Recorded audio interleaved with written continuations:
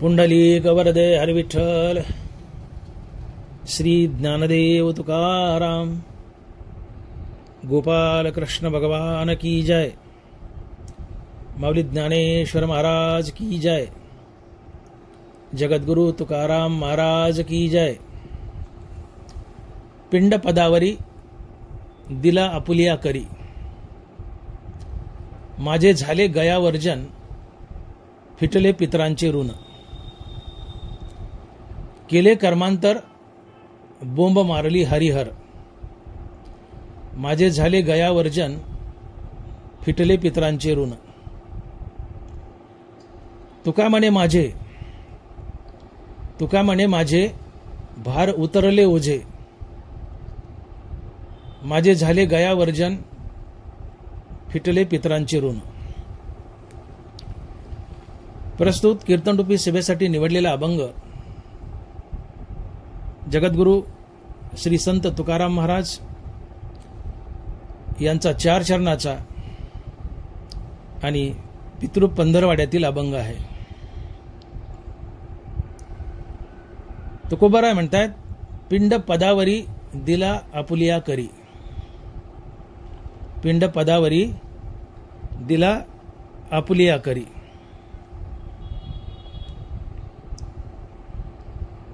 मनुष्याच्या जीवनात प्रामुख्याने एकूण 3 प्रकारचे ऋण असतात. देवऋण, ऋषीऋण आणि पितृऋण. आणखीन एक आहे भूतऋण, पण प्रामुख्याने 3 आहेत: देवऋण, ऋषीऋण आणि पितृऋण. हे ऋण प्रत्येक माणसाला फेडावेच लागतात. देवऋण म्हणजे देव आम्हाला जन्माला घालतो, सांभाळतो, आमचं पालन पोषण करतो, त्यामुळे देवाचं नामस्मरण करावं लागतं. देवाचं नामस्मरण केलं की आम्ही देवऋणातून उतराई होतो, मुक्त होतो. ऋषीऋण, ऋषी म्हणजे संतच. ऋषी संत जो मार्ग दाखवतात त्या सन्मार्गावर आम्ही चालावं, आणि त्या सन्मार्गावर आम्ही चाललो की आम्ही ऋषी ऋणातून मुक्त होतो, उतराई होतो. भूतऋण म्हणजे सभोवताली असलेल्या सर्व प्राणी मात्रावर दया करणे. जसं घरामध्ये पहिली भाकर गाईची आणि शेवटची भाकर कुत्र्याची, हे भूतऋण आहे. मुंगी दिसली साखर टाका. प्राणी मात्रावर दया करणे, त्यांचं पालन पोषण करणे, ते केलं तर आपण भूतऋणातून उतराई होतो. आणि शेवटचं महत्वाचं ऋण आहे पितृऋण. पितृऋण म्हणजे आपल्या आईवडिलांच्या ऋणातून उतराई होणे.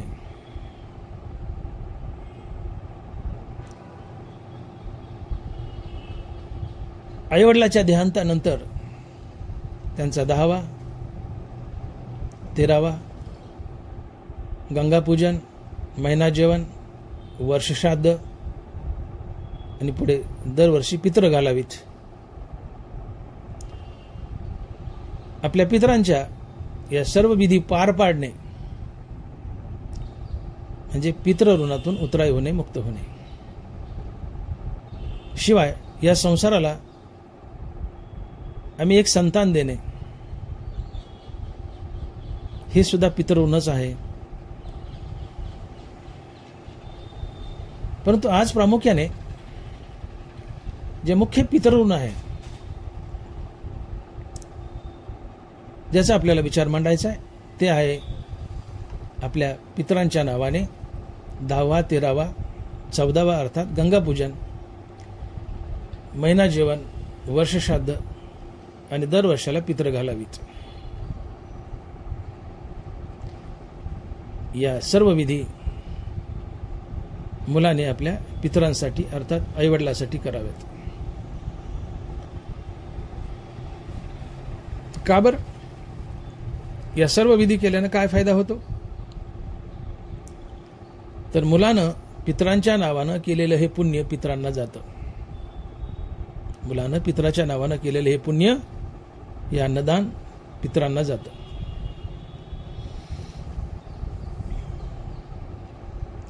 तुम्ही अशी शंका घेताल की खरंच मुलानं पितराच्या नावानं केलेलं हे पुण्य खरोखर पितरांना जातं का? हो, नक्की जातं, नक्की जातं.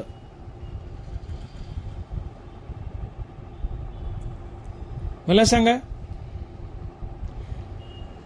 आमचे संत सांगतात नवऱ्यानं केलेलं अर्ध पुण्य बायकोला जातं. नवऱ्यानं केलेलं अर्ध पुण्य बायकोला जातं. मग मुलानं त्याच्या मयत पित्रासाठी केलेलं अर्ध पुण्य त्या पित्रांना का जाणार नाही? तर जरूर जाईल, जरूर जातं. नवऱ्याने केलेलं अर्ध पुण्य जर बायकोला जातंय, तर मुलांनी आपल्या पित्रासाठी केलेलं पुण्य किंवा अर्ध पुण्य पित्रांना जरूर जातं, जरूर जातं. आणि म्हणून हे विधी करायचे. तुकोबारायाची साक्ष देत आहेत. तुकोबाराय लिहित आहेत, गुज बोलावे संतासी, पत्नी राखावी जैसी दासी, लाड देता ती येसी, वाटा पावे कर्माचा. पत्नी राखावी जैसी दासी, लाड देता ती येसी, वाटा पावे कर्माचा. बायकोला दासीसारखं धाकात ठेवा असं तुकोबाराय म्हणतात. तिचा छळ करा असं म्हणत नाहीत, पण धाकात ठेवा. दासी नौकर जसे धाकात असतात तशी पत्नी धाकात ठेवा. का? तिला धाक नसेल नवऱ्याचा तर ती स्वैर वागेल, तिचा लाड केला तर ती स्वैर वागेल, आणि तिच्या स्वैर आचरणातून जे पाप होईल ते अर्ध पाप नवऱ्याकडे येईल आणि नवऱ्याचं पतन होईल. म्हणून नवऱ्यानं केलेलं अर्ध पुण्य बायकोला जातं आणि बायकोने केलेलं अर्ध पाप नवऱ्याला येतं. तुकोबाराज बोलतायत, मेघवृष्टीने करावा उपदेश, परी गुरुने न करावा शिष्य. का बरं? काय म्हणतात महाराज? मेघवृष्टीने करावा उपदेश, परी गुरुने न करावा शिष्य.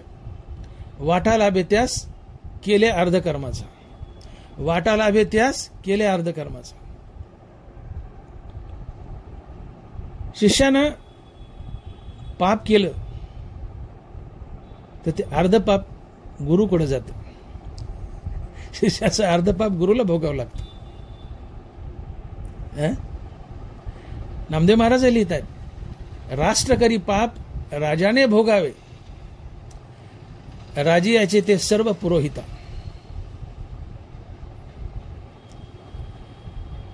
प्रजेने पाप केलं तर त्यातलं अर्ध पाप राजाकडे जातं, राजा नरकाला जातो. आणि म्हणून नाथ महाराज भागवतात लिहित आहेत की राज्याचे अंती नरक, राजाचे अंती नरक. नाथ महाराज श्रीमद भागवतात बोलतात 11व्या स्कंदात की राजा हा सहसा नरकालाच जातो. उगा अपवाद, थोडे अपवाद वगळा. काही राजे देव होते, मनुष्यपातले काही राजे मुक्तीला गेले, काही स्वर्गाला गेले, पण बहुतांशी मॅक्झिमम राजे हे मृत्यू पश्चात नरकाला जातात. का बरं? तर राजा दुष्ट दुराचारी असेल तर प्रजाही दुष्ट दुराचारी असते. प्रजा पाप करते आणि प्रजेने केलेलं हे अर्ध पाप राजाकडे जातं आणि या पापामुळे राजा नरकाला जातो. आणि म्हणून नाथ महाराज भागवतात लिहित आहेत की राजाचे अंती नरक, बहुतांशी राजे नरकालाच जातात. आणि म्हणून राजा होऊ नये, आणि झालं तर राजा नीती व न्यायप्रिय असावा. मग भीतीपोटी का होईना प्रजा नीती व न्यायप्रिय असते. मग प्रजा धर्मानं नीतीनं न्यायानं वागते, पुण्य करते, पाप करत नाही. आणि मग ते पाप राजाकडे येत नाही, राजाला सद्गती लाभते, स्वर्ग लाभतो, झालं तर मुक्तीही लाभते. म्हणून प्रजेनं केलेलं अर्ध पाप राजाला भोगावं लागतं, राजानं केलेलं अर्ध पाप पुरोहिताला अर्थात ब्राह्मणाला भोगावं लागतं. बघा गंमत. मग पुरोहित सारखा राजाकडे येत असतो, राजा कसा वागतो पाहतो, राजाला उपदेश करतो. का तर राजाने केलेला अर्धा पाप पुरोहिताला जातो. नामदेव महाराज लिहितात, राष्ट्रकरी पाप राजाने भोगावे, राजाचे ते सर्व पुरोहिता. प्रजेने केलेलं अर्ध पाप राजाकडे जातं, राजाने केलेलं अर्ध पाप पुरोहिताला जातं. तसंच शिष्य केले पाप भोगावे गुरुने, स्त्रीने केले घेणे पुरुषाशी. नामदेव महाराज, शिष्याने केलेलं अर्ध पाप गुरुला जातं, पत्नीला केलेलं अर्ध पाप नवऱ्याला जातं, पण नवऱ्याने केलेलं अर्ध पुण्य पत्नीला जातं. ही पाप पुण्याची देवाणघेवाण आहे. मग पतीने केलेलं अर्ध पुण्य जर पत्नीला जातं, तर मुलांनी आपल्या मयत पितरासाठी आईवडिलासाठी केलेलं पुण्य पितराला का जाऊ नये? नक्कीच जातं, नक्कीच जातं. आणि म्हणून प्रत्येक मुलानं आपल्या पितराच्या उद्धारासाठी, त्यांच्या सद्गतीसाठी, ते कुठं अडकले असतील एखाद्या नरक योनीत किंवा कुठे अडकले असतील, त्यांना वरची योनी लाभावी, सद्गती लाभावी, यासाठी मुलानं पितराचे सर्व विधी चांगल्या रीतीने पार पाडावे. जसे की त्याचा 10वा, 13वा, 14वा महिना जेवण, श्राद्ध, दरवर्षी पित्र, हे सगळे विधी व्यवस्थित पार पाडावेत. या विधीतून हे पुण्य त्या पितरांना जातं आणि या पुण्याच्या बळावर त्यांना सद्गती लाभते, त्यांना सद्गती लाभते. तुम्ही म्हणाल काही पुरावा आहे का? हे मान्य म्हणले आम्हाला की पितराच्या नावानं काही अन्नदान केलं, सत्कर्म केली, तर हे पुण्य पितरांना जातं, गेलं, मान्य. पण हे पुण्य गेलंय पितरांना, काही फायदा झालाय असा एखादा पुरावा आहे का? हो हो. पंडूराजा, पांडवाचे वडील, मरण पावले. पुण्याच्या बळावर स्वर्गाच्या दरवाजापर्यंत गेले. पुण्याच्या बळावर स्वर्गाच्या दरवाजापर्यंत गेले आणि नेमकं तिथं पुण्य संपलं. पुण्य कमी पडलं स्वर्गात प्रवेश करायला. दारात बसले. नारद महर्षी चालले होते त्या वाट्याने, नारायण नारायण करत. सहज त्यांची नजर गेली तर पंडूराजे दिसत आहेत. नारदजी गेले, म्हणाले, का हो महाराज, का बसले दारात? म्हणले, नारदजी, माझा देहांतवास झालाय, मला सद्गती लाभली, मी स्वर्गात आलोय, पण माझं पुण्य कमी पडले, स्वर्गात माझा प्रवेश होईना, मी दरवाजात बसलो, इथंच माझं पुण्य संपले, मला पुण्य कमी पडले. खाली जा आणि माझ्या मुलाला सांगा, महाभारतात विषय येतो हा, खाली जा माझ्या मुलांना सांगा, युधिष्ठिरांना वगैरे, की माझ्या नावानं काही पुण्य करा, काही दानधर्म करा, सत्कर्म करा, ते पुण्य माझ्याकडे येईल आणि त्या पुण्याच्या बळावर माझा स्वर्गात प्रवेश होईल. महाभारतात विषय येतो. नारदाने खाली येऊन हा निरोप युधिष्ठिराला सर्व पांडवांना सांगितला. या 5 पांडवानं या पंडूराजाच्या नावानं, पितराच्या नावानं दान, पुण्य, अन्नदान वगैरे वगैरे, पुढे राजशी यज्ञ केला, मोठमोठी सत्कर्म केली पंडूराजाच्या नावानं. हे पुण्य स्वर्गाच्या दारात बसलेल्या पंडूराजापर्यंत पोहोचलं आणि त्या पुण्याच्या बळावर पंडूराजाचा स्वर्गात प्रवेश झाला. तुम्हाला शंका येते की हे पुण्य इथं गेल्यानं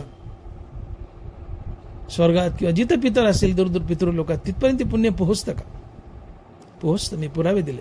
नवऱ्याचं अर्ध पुण्य बायकोला पोहोचतं, तर मग मुलाचं त्याच्या मयत बापाला का नाही पोहोचणार जिथं असेल तिथे? एखादा मनुष्य बीडमध्ये, एखादा पुण्यामध्ये गुगल पे किंवा फोन पे केला तर बीडच्या माणसाचा पैसा पुण्याला जातो. जातो की नाही? तसं पुण्यही जातं. आणि म्हणून आपल्या पितरांच्या नावानं सत्कर्म करा, दानधर्म करा, अन्नदान करा. यातून निर्माण झालेलं पुण्य पितरांना जातं आणि पुण्य त्यांच्या काय कामी येतं? तर त्यांना सद्गती देतं. जिथं पुण्य अपुरं पडले तिथं हे पुण्य टेकन देतं. त्या यवनीत स्वर्गात असो, जनोलोक, तपोरलोक, महिरलोक, ब्रह्मलोक, वैकुंठ, जिथं कुठं अपुरं पडले जाण्यासाठी तिथं हे पुण्य त्यांना पोहोचतं करतं. कधी कधी मुक्तही करतं. हे पुण्य कधी कधी मुक्तही करतं पितरांना. आणि म्हणून आपल्या पितरांच्या नावानं प्रत्येक मुलानं सत्कर्म करावी, दानधर्म करावा, अन्नदान करावं. त्यांचा 10वा, 13वा, 14वा अर्थात गंगापूजन, पुन्हा नियमित महिना जेवण, वर्ष श्राद्ध, नियमित वर्षाला पित्र, हे सर्व विधी व्यवस्थित पार पाडावेत. या सर्व विधीतून निर्माण होणारं पुण्य आपल्या पितरापर्यंत, वाडवडिलापर्यंत जातं, आईवडिलापर्यंत जातं आणि त्यांना सद्गती देण्यास कामी येतं. आणि म्हणून तुम्ही आम्हाला हा वर्षश्राद्ध किंवा पितराचा विधी आवर्जून करायचा असतो. तुम्ही म्हणाल हा पितराचा विधी करा असं कोणी सांगतंय का? असं कुठं भरीव ठळक शास्त्र पुरावा आहे का? हो, आहे ना. तुम्ही प्रश्न केला ना, कोण सांगतं की पित्र घाला म्हणून? हो, तो एक महापुरुष, संतांचा संत, ज्ञानियाचा राजा सांगतो. कोण? ज्ञानियाचा राजा श्री संत ज्ञानेश्वर महाराज ज्ञानोबाराय सांगतात की पित्र घाला म्हणून. ज्ञानोबाराय लिहित आहेत, गुरु गोत्र अग्निपूजी अवसरे भजे द्विजी निमित्तात की यजी पित्रोदेशे. गुरुगोत्र अग्निपूजी अवसरी भजे द्विजी निमित्तादिकी यजी पित्रोदेशे. निमित्तादिकी यजी पित्रोदेशे. ज्ञानोबाराय सांगतायत की गुरु गोत्र अग्नी यांची पूजा करा, ब्राह्मणालाही भजा आणि प्रसंगी पित्रही घाला. गुरु गोत्र अग्नी, ब्राह्मण आणि पित्र यांची पूजा करणं किंवा या विधी करणं, यांची सेवा करणं हा एक यज्ञ आहे. आपल्या आईवडिलांची पित्र घालणं हा एक यज्ञ आहे. त्यांना बरं बोलतायत, या यज्ञ क्रिया उचिता यज्ञेशी हवन करिता होता शेष स्वभावता जे जे उरे. आपल्या आईवडिलांचे पित्र घालणं हा यज्ञ आहे. यज्ञ आहे. ऐका, ज्ञानोबाराची साक्ष आहे.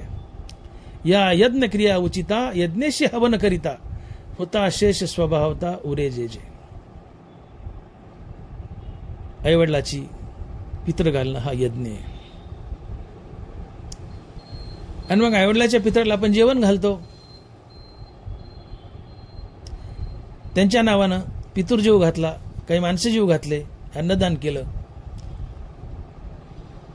आणि जे काही उरलेलं अन्न आहे, पितर घातल्यानंतर, पितर जीव घातल्यानंतर जे काही उरलेलं अन्न आहे, हा एक महाप्रसाद आहे. हा एक महाप्रसाद आहे. पितृजीव घालून उरलेला प्रसाद हा महाप्रसाद आहे. का? तर पित्र यज्ञ आहेत. आणि मग हा पित्रातला महाप्रसाद आपण जर सेवन केला तर आपली खरडून पापं धुवून जातात. आपली खरडून पापं धुवून जातात. हा, ज्ञानोबाराय लिहित आहेत, ते सुखे आपले घरी कुटुंबेशी भोजन करी ते भोग्यची निवारी कल्मशाते. आईवडिलांची पित्र घालणं हा यज्ञ आहे. आणि आईवडिलाच्या नावानं पितृ जीव घातला, काही माणसं जीव घातले, आणि जीव घालून जे उरलेलं अन्न ते आपण खाल्लं कुटुंबियांनी सगळ्यांनी मिळून, तर आपलं कल्मश अर्थात पाप धुवून जातं. आपण निष्पाप होतो. एवढा मोठा परिणाम आहे पित्राचं जेवण घातल्याने, पित्राचं अन्न खाल्ल्याने. म्हणून पित्राचं अन्न टाळू नका. आवर्जून पित्राचं अन्न खायला जात जा. बरेचसे लोक म्हणतात मी पित्राचं जेवत नाही, श्राद्धाचं जेवत नाही. अरे अड्या जेवत जा, मुद्दाम जेवत जा. जनावराय म्हणतात पित्र वर्षश्राद्ध 10वा 13वा हे यज्ञ आहेत, हे यज्ञ आहेत. आणि या पित्राचं अन्न खाल्लं, वर्षश्राद्धाचं अन्न खाल्लं तर तुमची पापं धुवून जातात. म्हणून संधी सोडू नका. श्राद्धाचं, वर्षश्राद्ध आणि पित्राचं जेवण अवश्य करा. तुमची पापं धुवून जातात, तुमचे दोष निघून जातात आणि पुन्हा तुम्ही दोष करत नाहीत. पित्राचं जेवण केल्याने जनावराय म्हणतात तुमची पापं जातात आणि तुमची पाप वासनाही जाते. पाप वासनाही जाते. जनावरच लिहित आहेत ते यज्ञ वशिष्ठ भोगी म्हणून सांडीज तो आघी, जयापरी महारोगी अमृत सिद्धी. काय म्हणतात इथे दोन ओव्या जोडून आल्यात. जनावर लिहित आहेत ते यज्ञ अवशिष्ट भोगी म्हणून सांडीजे तो आघी, जयापरी महारोगी अमृत सिद्धी. तत्वनिष्ठ जैसा नागवे भ्रांतिलेशा, तो शेष भोगी तैसा ना कळे दोषा. तत्वनिष्ठ म्हणजे मुक्त मनुष्य, संत. संत जसा कधीच भ्रांतीच्या कचाट्यात सापडत नाही, संताची भ्रांती गेली असते. संत जसा भ्रांतीच्या कचाट्यात सापडत नाही. भ्रांती म्हणजे काय? मी देह संबंधी माझं, ही भ्रांती आहे. आणि मी देह नसून आत्मा आहे या बोधावर अडवणं म्हणजे भ्रांती जाणं. संत स्वतःला आत्मा समजतो, मुक्त असतो. मग संत जसा भ्रांतीच्या कचाट्यात सापडत नाही तसा पित्राचं जेवण केलेला मनुष्य पापाच्या आणि दोषाच्या कचाट्यात सापडत नाही. पित्राचं जेवण केल्याने तुमची पाप तर जातात पण पाप वासनाही जाते, वासनाही जाते. हे महत्वाचं आहे. तो शेष भोगी तैसा ना कळे दोषा. तत्वनिष्ठ जैसा नागवे भ्रांतिलेशा, तो शेष भोगी तैसा ना कळे दोषा. पित्राचं अन्न खाल्ल्यानं आपलं पाप आपले दोष तर जातात पण पुन्हा आपल्या हातून दोष आणि पाप घडत नाही. अर्थात पित्राचं जेवण केल्यानं, वर्षश्राद्धाचं जेवण केल्यानं आपले पाप आणि पाप वासना दोन्हीही जातं. का तर पित्र हा यज्ञ आहे, वर्षश्राद्ध हा यज्ञ आहे, 10वा 13वा 14वा हा यज्ञ आहे. या यज्ञक्रिया आहेत. आणि म्हणून ही संधी सोडू नका. पित्राचं आणि श्राद्धाचं, वर्षश्राद्धाचं जेवण आवर्जून करा. हा यज्ञ आहे, पित्राचं जेवण यज्ञ आहे. पित्रांना जीव घाला, त्यांच्या नावाने अन्नदान करा, भरपूर माणसं जीव घाला. जे अन्न उरल ते कुटुंबियांनी एकत्र येऊन खा. खरडून पाप धुवून जातं, सोबत पाप वासनाही जाते. तुम्हाला तर फायदा झालाच, तुमचं पाप आणि पाप वासना गेली पित्राच्या यज्ञातला प्रसाद खाल्ल्यामुळं. पण हे पुण्य पित्रालाही गेलं. आणि जिथं कुठं अडकलेत त्यांना सद्गती मिळण्यासाठी हे पुण्य कामी आलं. आणि मन पित्र घाला, वर्षश्राद्ध घाला, आवडीने घाला, आवर्जून घाला. आणि दानावरा सांगतात म्हणून घाला. दानावरा सांगतात म्हणून घाला. गुरु गोत्र अग्निपूजी अवसरे भजे द्विजी, निमित्त आदिकी यजी पित्रोदेश. दानावरा सांगतात म्हणून पित्र घाला. तुम्ही म्हणाल ठीक आहे, दानावरा म्हणतात आम्ही घालतोय, पण असा काही इतिहास आहे की एखाद्या मोठ्या माणसानं पित्र घातलेत? छोटी मोठी माणसं घालतात ठीक आहे, साधारण तुमच्या आमच्यासारखी माणसं पित्र घालतात ठीक आहे, पण एखाद्या मोठ्या माणसाने पित्र घातलेत, वर्षश्राद्ध केलं, असं काही पुरावा आहे का? हो आहे, देवानीच केले. हो, प्रभू रामचंद्राने केले वर्षश्राद्ध आपल्या वडिलाचं, राजा दशरथाचं. आणि गयेला केले, फार मोठ्या ठिकाणी केले, गयेला केले. प्रभू रामचंद्र आपल्या वडिलाचं वर्षश्राद्ध गया, बिहारमधील गया या ठिकाणी करतायत. तिथे फाल्गू नावाची एक नदी वाहते गयेमध्ये. तिला निरंजना असंही म्हणतात. फाल्गू किंवा निरंजना दोन नाव आहेत. या नदीच्या काठावर प्रभू रामचंद्र आणि सीतामय्या राजा दशरथाचं वर्षश्राद्ध घालतायत. पिंड तयार केलाय, भाताचा, कणकीचा जो असेल तो, प्रामुख्याने भाताचाच असतो. माध्यान्ह दुपारची वेळे 12 वाजलेत. पिंड तयार केलाय भाताचा आणि नेमकी फुलं नव्हती पूजेला. प्रभू रामचंद्र सीतामय्याला म्हणतात, सीते हा पिंड तुझ्या हातात ठेव, मी फुलं आणतो. देव गेले तर रामचंद्र फुलं आणायला. थोडा वेळ लागला, फुलाची झाडं थोडी दूर होती. 12 वाजलेत. पित्र जेवण घालण्याचा टाइम झालाय. 12 वाजून 1 मिनिटांनी 5 मिनिटांनी घालावी. देवाला रामचंद्र यायला थोडा उशीर झालाय. पिंड सीतामय्याच्या हातात आहे. त्या नदीच्या वाळूतून भस्कन एक हात वर आला आणि आवाज आला. आकाशवाणी झाली मोठी, सीते मी राजा दशरथ, हा माझा हात वाळूतून वर आलाय, मला पिंड दे. सीतामाया दचकल्या. आकाशवाणी राजा दशरथ म्हणतायत. हातही ओळखीचा होता नेहमीचाच. नाही कसं म्हणा. मग सीतामायाने राजा दशरथाच्या हातात तो पिंड देऊन टाकला. हात खाली गेला. राजा दशरथ डिसअपिअर झाले, अदृश्य झाले. तेवढ्यात थोड्याच वेळात प्रभू रामचंद्र आले आणि सीतामयाला म्हणतात, सीते हे फुलं आणलीत मी, चल पटकन पूजा करू आणि पिंडदान करू, दे इकडे पिंड. सीतामाया म्हणते, देवा पिंड तर नाही दिला मी. कुणाला? म्हणले मामांजींना, सासरे भाऊना, राजा दशरथांना. खोटं बोलती का म्हणले. रामचंद्राला राग आला. सीतामाया म्हणते, प्रभू तुम्हाला कधीच राग येत नाही, आज राग आलाय. माझ्यावर कधीच अविश्वास दाखवत नाहीत, आज अविश्वास दाखवलेत, काय भानगडे. मी खरं बोलते. नाही म्हणले, सीते तू खोटं बोलतीस. तू पिंड माझ्या बाबांना दिलाच नाहीस म्हणले, खोटं बोलायलीस. नाही म्हणले, प्रभू मी बाबांनाच दिलाय, राजा दशरथालाच दिलाय. म्हणले काय साक्षीची, काय पुरावा आहे. म्हणजे नदी वाहती, हिला विचारा. त्या फाल्गू निरंजनी नदीला विचारलं सीतामायाने, का ग तू पाहिलं ना, मोठा आवाज आला, मी राजा दशरथ आहे, हात बाहेर आला, तुझ्याच पात्रातून हात बाहेर आला आणि पिंड दे सीते असा आवाज आला, मी राजा दशरथ आहे. पण त्यावेळेस प्रभू रामचंद्राचे डोळे क्रोधानं जास्त लाल झालते. खूप राग आलता. त्यांना वाटलं सीता खोटंच बोलते. ते रामचंद्राचे लाल क्रोधित डोळे पाहून ती नदी घाबरली.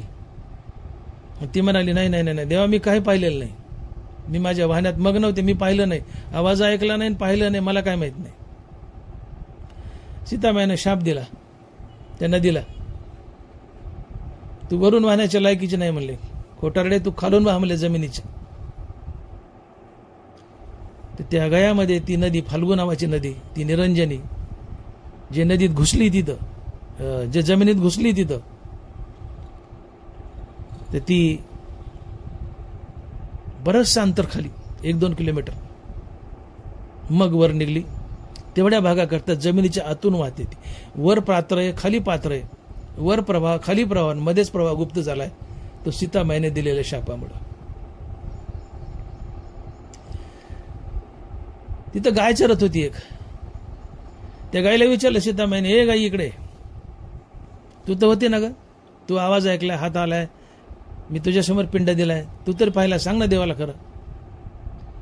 ती गाय घाबरली ते देवाचे लाल डोळे पाहून. ती म्हणली, मी काय पाहिलं नाही बे, मला नाही दिसलं, मी चरण्याच्या नादात मग्न होते, मी माझी चरत होते, मला का मध्ये घेऊ तुमच्यात, तुम्ही तुमचं बघून घ्या, मी नाही पाहिलं. म्हणले खरं? म्हणले हो, मी नाही पाहिलं. सीतामाईने गायला शाप दिलाय, ज्या तोंडानं खोटं बोललीस, ज्या तोंडा तू पाहिलायस म्हणले पिंड दिलेला, तरी या तोंडानं खोटं बोलतीस, ज्या तोंडानं खोटं बोलतीस तेच तोंड नरक भक्षण करेल. माणसाची विष्ठा खाईल म्हणजे नरक भक्षण करेल. तुझं दर्शन कोणताही हिंदू तोंडाकडून घेणार नाही, तुझ्या शेपटाकडून तुझं दर्शन घेईल. आणि म्हणून गाय सोडली की तरोडीत जाती हिरोड करायला, नदीला जाती हिरोड करायला, नरक भक्षाला, विष्ठा भक्षाला. हा सीतामायाचा शाप. म्हणून आपल्याकडे म्हणी पडल्यात, कुणी जर घाण बोलू लागलं, काय गायीसारखं हिरोड करायलाच म्हणतात, ए काय गायीसारखं हिरोड करायलाच. गाय हिरोड करते, अर्थात विष्ठा खाते, नरक खाते माणसाचं. तोंडाकडून गायीचं कोण दर्शन घेत नाही, शेपटाकडून दर्शन घेतात. तिचं तोंड कायमचं अपवित्र झालं. बाजूला तुळस होती. तुळशीला विचारलं, तुळशे तू तर आहेस देवाची प्रिय आहेस, गळ्यात आहेस देवाच्या, सांग बरं तू होती ना, तू पाहिलं ना पिंड मी दिला म्हणून. ती घाबरली ते देवाचे लाल डोळे पाहून, भलतेच लाल डोळे झालते. तिला वाटलं देव काही शासन करतील. नाही मी नाही पाहिलं म्हणली, मी तुटक आहे, मला काहीच माहित नाही तुमचं काय आहे. तुळशीला शाप दिला, म्हणले या परिसरात, या गयात, या परिसरात तू कधी उगणार नाहीस म्हणले. म्हणून असं म्हणतात की गयाच्या परिसरात तुळस उगत नाही, हा सीतामाने दिलेला शाप आहे. किंवा त्या नदीच्या परिसरात कुठेतरी तेवढ्या भागात तुळस उगत नाही.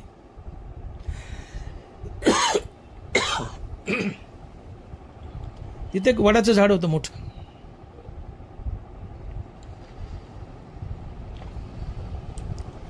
शेवटी सीतामाने त्या वडाच्या झाडाला विचारलं, हे वृक्षराज, वटवृक्ष, तू तरी खरं बोलले, तू पाहिलंस चिटकूनच नदीला,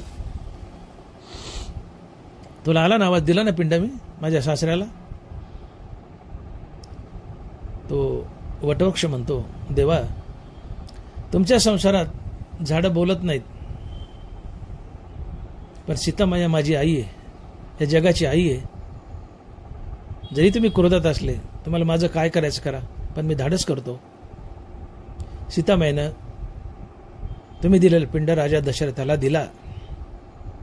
ती आकाशवाणी मी ऐकली, दशरथाचा हातही पाहिला, आणि सीतामायाने मी दशरथ आहे असा आतून आवाज आल्यानंतर तो पिंड राजा दशरथाच्या हातात दिलाय.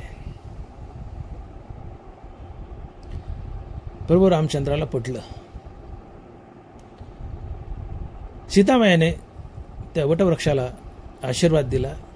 तो वटवृक्ष 80-90% वाळलेला होता, नुका 5-10% हिरवा होता. त्याला आशीर्वाद दिला की वटवृक्षा इथून पुढे तू कधीच वाळणार नाहीस, तुझी पानं हिरवी टवटवीत राहतील आणि तुझं आयुष्य वाढेल. आणि मग वडाच्या झाडाला इतर झाडापेक्षा बखळ बखळ भरपूर आयुष्य असते. 100, 150, 200 वर्ष वडाचं झाड टिकून राहतं. सीतामाईने दिलेला आशीर्वाद. मी प्रश्न असा केला होता की तुम्ही प्रश्न विचारला की पित्र घालावेत असं कोणी सांगितले, असं कोणी सांगितले, तर मी पुरावा दिला. ज्ञानोबारांनी सांगितले. ज्ञानोबारांनी सांगितले, गुरु गोत्र अग्निपूजी अवसरी भजे द्विजी निमित्तादि की यजी पित्रोदेश. पित्र घाला असं कोणी सांगितलंय, तर ज्ञानोबारांनी सांगितले.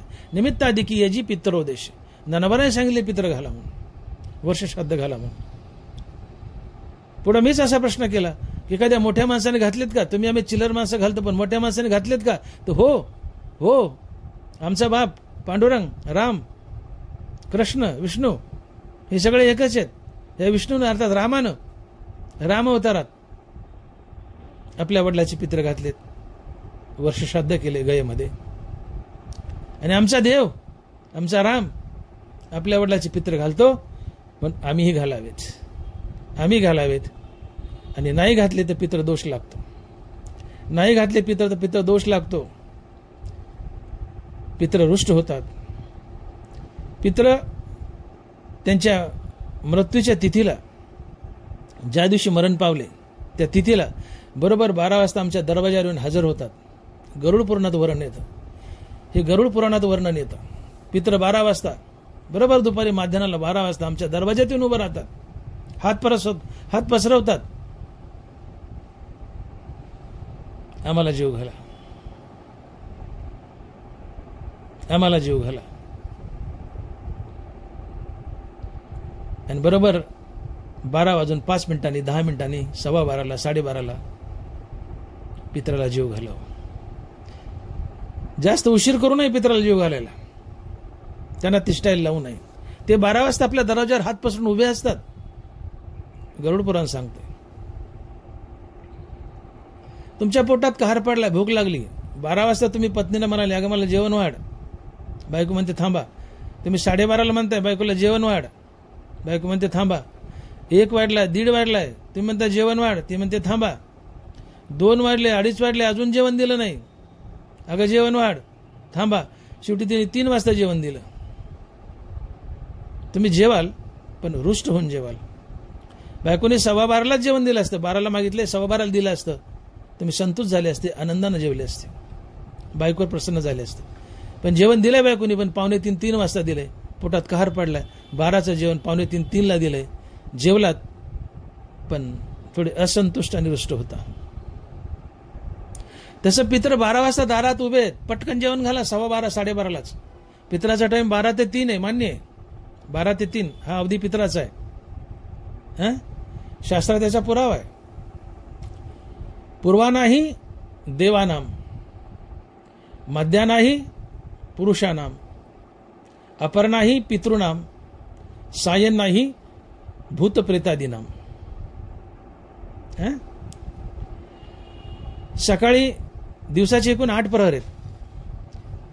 सकाळचा जो पहिला प्रहर आहे 6 ते 9 तो देवपूजेचा अर्थात देवाचा असतो. 6 ते 9 देवाचा प्रहर, 9 ते 12 माणसाचा प्रहर. 6 ते 9 या देवाच्या प्रहरात देवपूजा करावी.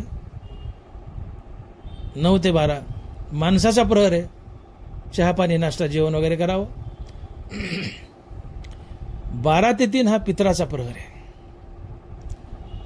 आणि 3 ते 6 भूताचा प्रेताचा आहे. म्हणून भूताला जर निवड टाकायचं असलं, ते अंड बिंड काळं लावून टाकतात बायका खेड्यापेड्यात किंवा शहरात बी असेल, ते भूताला निवड जनरली संध्याकाळी 5:30-6च्या टायमाला दिवस मावळता टाकतात, थोडासा कडूसा पडल्यावर. ते भूताचा प्रहर आहे 3 ते 6. पण तो पित्राचा प्रहर आहे 12 ते 3. अडचणी आल्या, 2 वाजल्या, 2:30 वाजल्या, 3 वाजल्या, अडचणी आल्या, हरकत नाही, माफ. अडचणी आल्या तर जेवण घालायला उशीर झाला पित्राला, 12च्या ऐवजी 12:30च्या ऐवजी 2, 2:30, 3लाही घातलं, माफ. पण अडचण नसताना तुम्ही लांबू नका, 12:15ला जेवण घाला. का पित्र 12 वाजता दारात उभे असतात. गरुड पुराण सांगतं, दारात उभे हात पसरून, आम्हाला आमचा भोग द्या. पण 12 ते 3 या अवधीमध्ये, या कालावधीमध्ये, पण त्यातली त्यात शक्य झालं तर 12:15ला जेवण घाला. ते 12ला दारात उभे असतात. भूक लागली आणि जेवण मागितलं आणि मिळालं, मनुष्य प्रसन्न होतो. पित्रांनी 12ला जेवण मागितले, 12:15ला मिळाले, खातात आनंदानं, प्रसन्न होतात, आशीर्वाद देतात, निघून जातात. पण खूप उशीर केला किंवा दिलंच नाही, पित्र रुष्ट होतात, बद्दुआ देतात. आणि मग आमच्या संसारामध्ये पितृदोष उभा राहतो. पितृदोष, मग संसारात अडचणी येतात, माणसात पटत नाही, भसर येत नाही, रोगराई येते, पीडा येते, दारिद्र्य येतं, गरिबी येते, नाना प्रकारच्या अडचणी येतात. आणि मग ब्राह्मण देवता मला सांगतात तुम्हाला पितृदोष आहे. मग आम्ही नाशिकला पळतो, नाही तर राक्षस भवनला पळतो शनीच्या, नारायण नागबळी करतो, खवडं करून येतो, 4-4, 5-5 दिवस तिकडं घालतो, बराच पैसा खर्च करतो, मग तिथं पंक्ती उठवतो. अरे सगळं करूस तर नियमित पित्र घाला ना, चांगल्या प्रकारे श्राद्ध घाला, वेळेवर घाला, पितृदोष लागणार नाही. आणि म्हणून पित्र घाला आणि वेळेवर घाला. 12 ते 3 आणि म्हणून पित्राचं जेवण हे सहसा 12:15लाच व्हावं. कारण 12ला पितृ दारात उभा आहे, आपले वडील दारात उभा आहेत, आपली आई दारात उभी आहे. हे मयत जीव आपल्या दारात उभे आहेत, आपले आई वडील 12 वाजता, 12 वाजून 5 मिनिटांनी 10 मिनिटांनी ताबडतोब त्यांना जेवायला वाढा. संतुष्ट होतात, तोंडावर हात फिरवतात, आशीर्वाद देतात, निघून जातात. ते दिसत नाहीत हा भाग निराळा, पण येतात, शास्त्र पुरावा आहे, येतात 12 वाजता.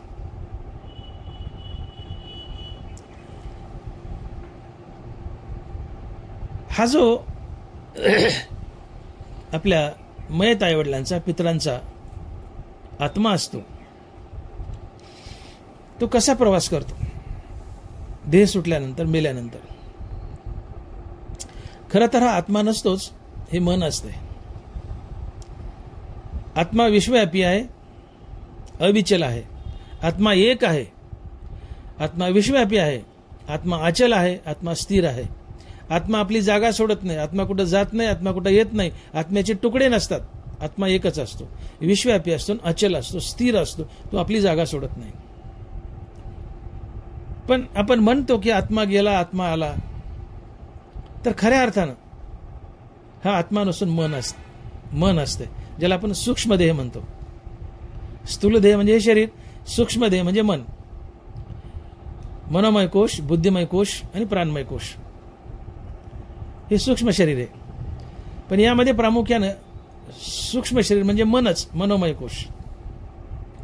आणि म्हणून मनुष्य मेल्यानंतर एका देहातून दुसऱ्या देहात गमन करणार, अर्थात एका देहातून दुसऱ्या देहात जाणार हे मन आहे म्हटले. नाथ महाराज याची साक्ष देत आहेत.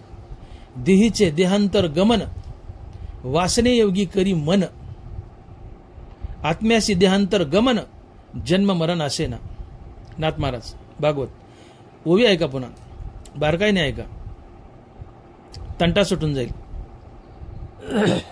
देहीचे देहांतर गमन वासने योगी करी मन. नीट आहे का?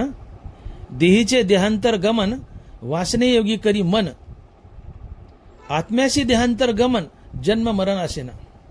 आत्म्याला जन्म मरण नाही आणि देहांतर गमन बी नाही. अर्थात आत्मा एका देहातून दुसऱ्या देहात जातही नाही. मग एका देहातून दुसऱ्या देहात जाणारं काय आहे ते मन आहे म्हटले. देहीचे देहांतर गमन वासने योगी करी मन. जशी वासना मरताना तसा जन्म लागतो, तसा जन्म लाभतो आणि हे तुमचं मन त्या जन्माला जातं, ते शरीर धारण करतं. आणि म्हणून देह पडल्यानंतर आपल्या पितरांचं आत्मा म्हणतो आपण, पण हे मन, हे सूक्ष्म शरीर पुढचा प्रवास करत असताना, आता घडीवर आत्माच म्हणू आपण, हे मन हे लक्षात ठेवा, पण घडीवर आत्माच म्हणू, कारण प्रथा पडली आत्मा गेला आत्मा गेला, आपण घडीवर आत्माच म्हणू. तर हा जो आत्मा आहे, आत्मा नाही बरं का, हे मन आहे, पण मी म्हणतोय दाटमोठी आत्मा. हा आत्मा पहिले 13 दिवस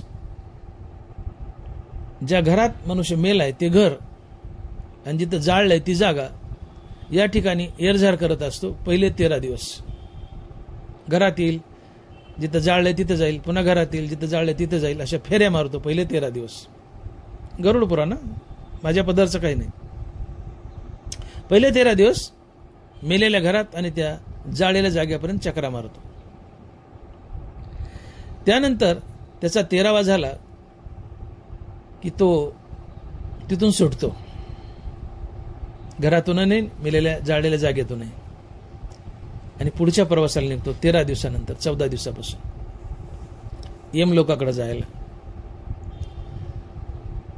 तर जाताना त्याला वाटेमध्ये एक नदी लागते आणि त्या नदीचं नाव आहे वैतरणी.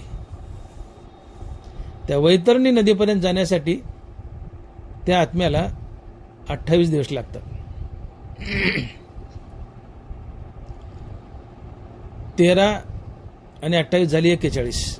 मेल्यापासून 41 दिवसांनी हा आत्मा वैतरणा नदीच्या किनाऱ्यावर येतो.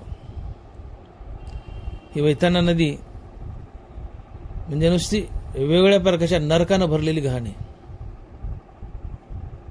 तिच्यातून जाताना काय काय संकटन, काय काय त्रास होतो त्या माणसाला, त्या मयत माणसाला, त्या आत्म्यालाच माहिती. तिथे कपिला नावाची गाय चरत असते म्हणे. असं म्हणतायत की जर तुम्ही तुमच्या हयातीत गोदान केलं, गायदान केली, तर ही कपिला गाय तिथं तुम्हाला ती नदी पार करायला मदत करते. म्हणून गोदान करत जा, गाय विकू नका, दान करा.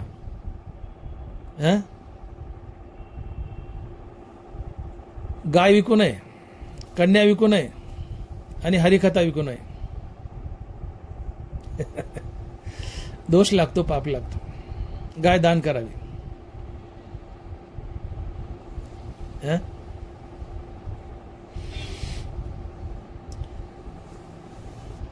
ही गाय, तुकोबारायण बोलले की कन्या गो कथेचा विक्रा, कन्या गो कथेचा विक्रा, चांडाळ तो खरा येणे न्याय. गाय विकू नये, हरिकथा विकू नये आणि कन्या विकू नये. अर्थात मुलीचा हुंडा घेऊ नये.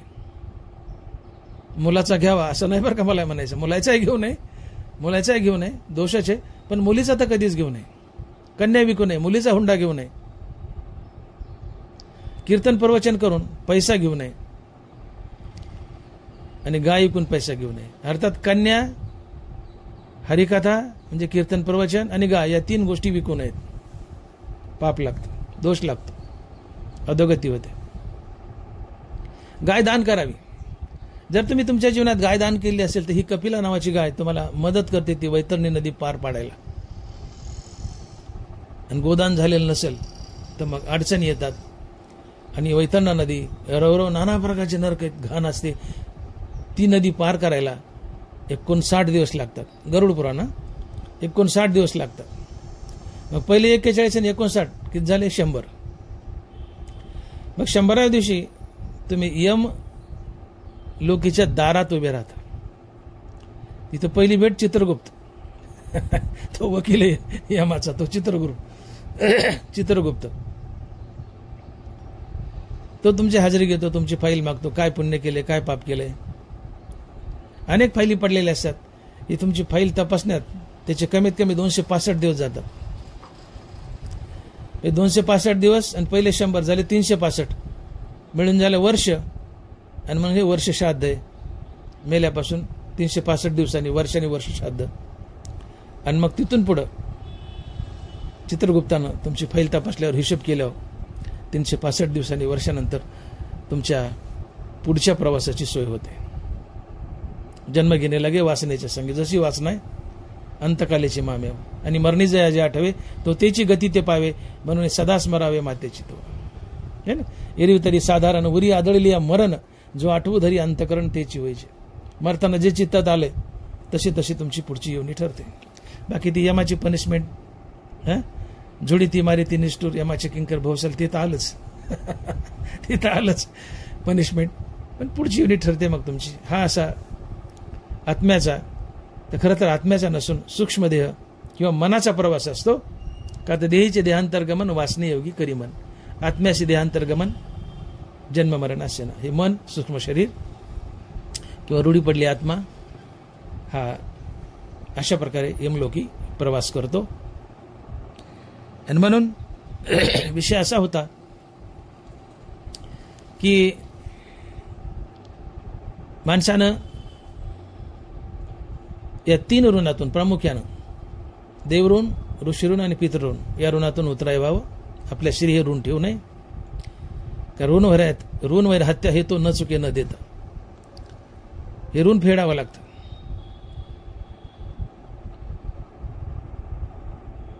पितृऋण फेडावं.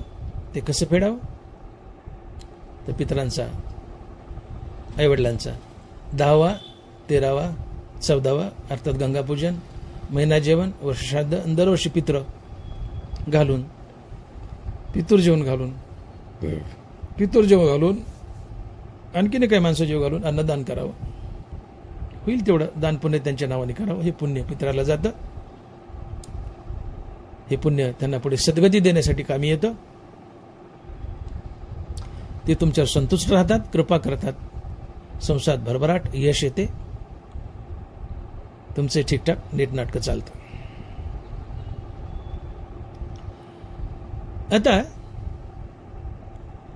या पितृऋणाचं किंवा पितराचं मी जे काय बोललो वर, आतापर्यंत मी जेवढं काय वर बोललोय, पित्र घालणं किंवा वर्षश्राद्ध घालणं याबद्दल मी वर जे काय बोललो किंवा आधी आतापर्यंत जे बोललोय, तुकोबाराय म्हणतात हे आतापर्यंत जे काय तुम्ही बोललायत यापैकी मी माझ्या जीवनात काहीच केलं नाही. मोठी गंमत आहे बघा त्या अभंगात. मी आतापर्यंत काय बोललो? पित्र घालावेत, का घालावेत, त्याचे फायदे तोटे सगळे सांगितले, फायदे सांगितले. पण तुकोबाराय म्हणतात खडसावून की डॉक्टर मोठे आतापर्यंत तुम्ही जे काय सांगितल्यावर पित्राबद्दल त्यापैकी मी काहीच केलं नाही. का केलं नाही याचं उत्तर अभंगाच्या पहिल्या चरणात. आणि महाराज लिहितात पिंड पदावरी दिला आपुलिया करी, पिंड पदावरी दिला आपुलिया करी. तुकोबाराय म्हणतात की डॉक्टर मोठे तुम्ही आतापर्यंत जे पितराचं वर्णन केलंय त्यापैकी मी काहीही केलं नाही माझ्या पितरासाठी. का केलं नाही? तर मी माझा पिंड अर्थात माझा देह, माझं शरीर माझ्या हातानं पदावर अर्पण केलाय. कोणाच्या? भगवान विष्णूच्या, पांडुरंग परमात्म्याच्या. पिंड पदावरी दिला आपुल्या करी. पिंड म्हणजे शरीर. पिंड कणकीचा असतो, भाताचा असतो, आणि पिंड या शब्दाचा अर्थ शरीरही होतं. आपल्या शरीराला या देहाला पिंड म्हणतात. तर तुकोबाराय म्हणतात, मी माझा देह, माझा पिंड अर्थात मी माझा देह पांडुरंगाच्या चरणावर अर्पण केलाय. पिंड पदावरी दिला आपुल्या करी. मी माझ्या हातानं माझा देह पांडुरंगाच्या भगवान विष्णूच्या चरणावर अर्पण केलाय.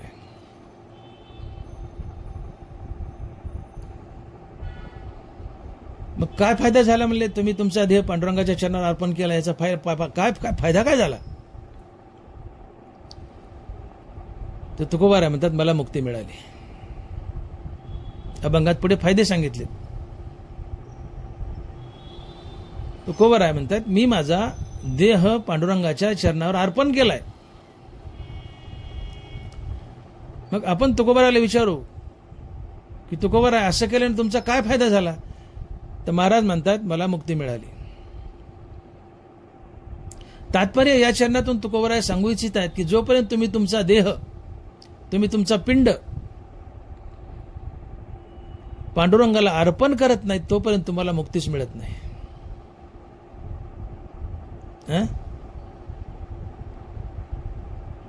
आम्ही भगवंताला प्राप्त करण्यासाठी नाना प्रकारचे उपचार करतो. देव म्हणतोय, मी उपचारीही कवनाही ना कळेगा. मी उपचारी कवनाही ना कळेगा. अर्जुना माझे ठाई अपन पे विन सौरसू नाही. मी उपचारी कवनाही ना कळेगा. पांडुरंग म्हणतोय, बाबांनो, मी कुठल्याच उपचाराला बळी पडत नाही. तुम्ही लाख उपचार करा, मी फार फार तर तुमच्या कामी येईल, पण तुम्हाला भेटणार नाही, प्राप्त होणार नाही.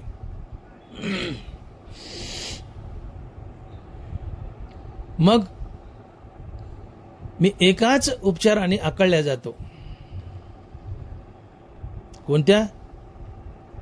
तुम्ही तुमचं पिंड, तुमचा देहच मला अर्पण करा. तुका म्हणे, प्राण करा देवाचे अर्पण. तुमचा देह, तुमचा प्राणच मला अर्पण करा, तर मी तुम्हाला भेटेल, प्राप्त होईल.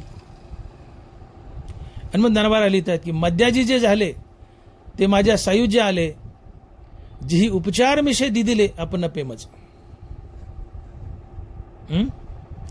मद्याजी जे झाले ते माझ्या सायुज्य आले, जी उपचार मिशे दिदिले आपण पेमच. ज्या लोकांनी उपचार म्हणून आपलं शरीरच मला दान केलं, त्यांनाच माझी सायुज्य मुक्ती मिळाली, इतरांना नाही.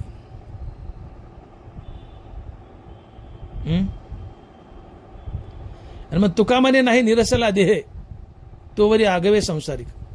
नीट ऐका, तुका म्हणे नाही निरसला देह, तोवरी आगवे संसारिक.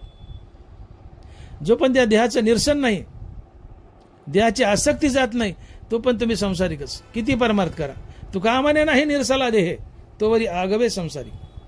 देहाचं निरसन नाही, देहाचा विसर नाही, देहावर उदास नाहीत, देह पांडुरंगाला अर्पण केला नाही, मी माझा विसरला नाही, तोपर्यंत तुम्ही संसारिकच. संसारिकच. ज्या दिवशी तुम्हाला देहाचा विसर पडेल, मी आणि माझं जाईल, त्याच दिवशी तुम्हाला मुक्ती लाभेल, अन्यथा नाही. आणि मी आणि माझं जाणं हा अहंकार जाणं असतो.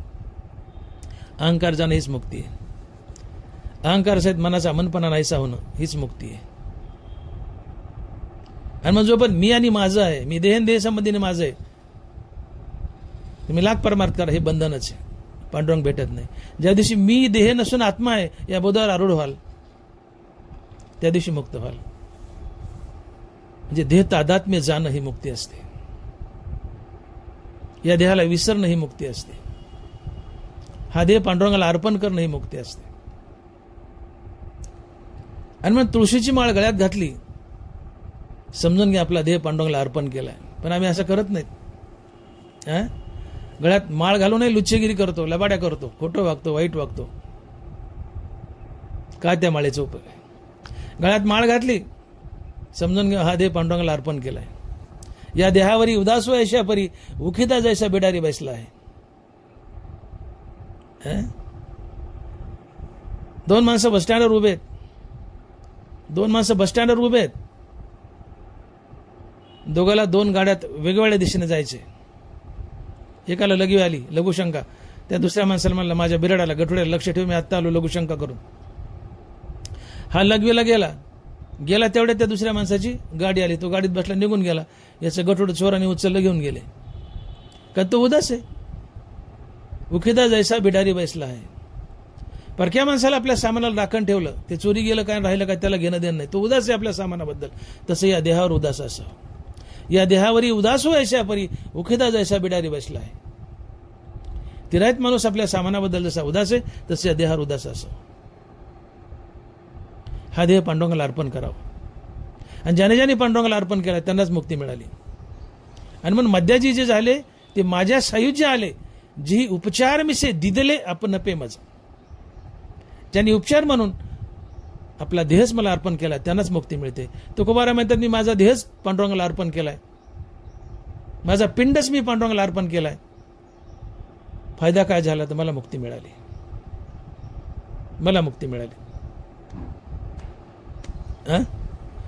आणि मग तुम्ही असे लाखो उपचार करा. हे सोन्याचा मुकुट, ठिकठिकाणी देवाला कोणी सोन्याचा मुकुट दान करतं, सोन्याचं सिंहासन दान करतंय. देव म्हणतो उपचारे मी कवनाही ना कळेगा, उपचारे मी कवनाही ना कळेगा. अरे सोन्याचं मुकुट, सोन्याचं सिंहासन तू काही दे. बातम्या येतात पेपरला, देवाला सोन्याचं मुकुट, देवाला सोन्याचं सिंहासन, देव मालामाल. अरे कशाचा मालामाल? देव म्हणतो उपचारी मी कम नाही ना कळेगा. या सोन्या नाण्याला मी बोलत नाही. मग काय कर, जी उपचार मिसे दिले आपण पे मज. सोन्या नाण्याचा पैसा उपचार नको, फुलाचा उपचार नको. उपचार कर, तुझा देहच मला दे, हा उपचार आहे, तर मी प्रसन्न होईल. म्हणून तुकोबाराय म्हणतात की तुका म्हणे प्राण करा देवाशी अर्पण. थोरला देव लाचोका जाण, तो जीवच मागतो आपला.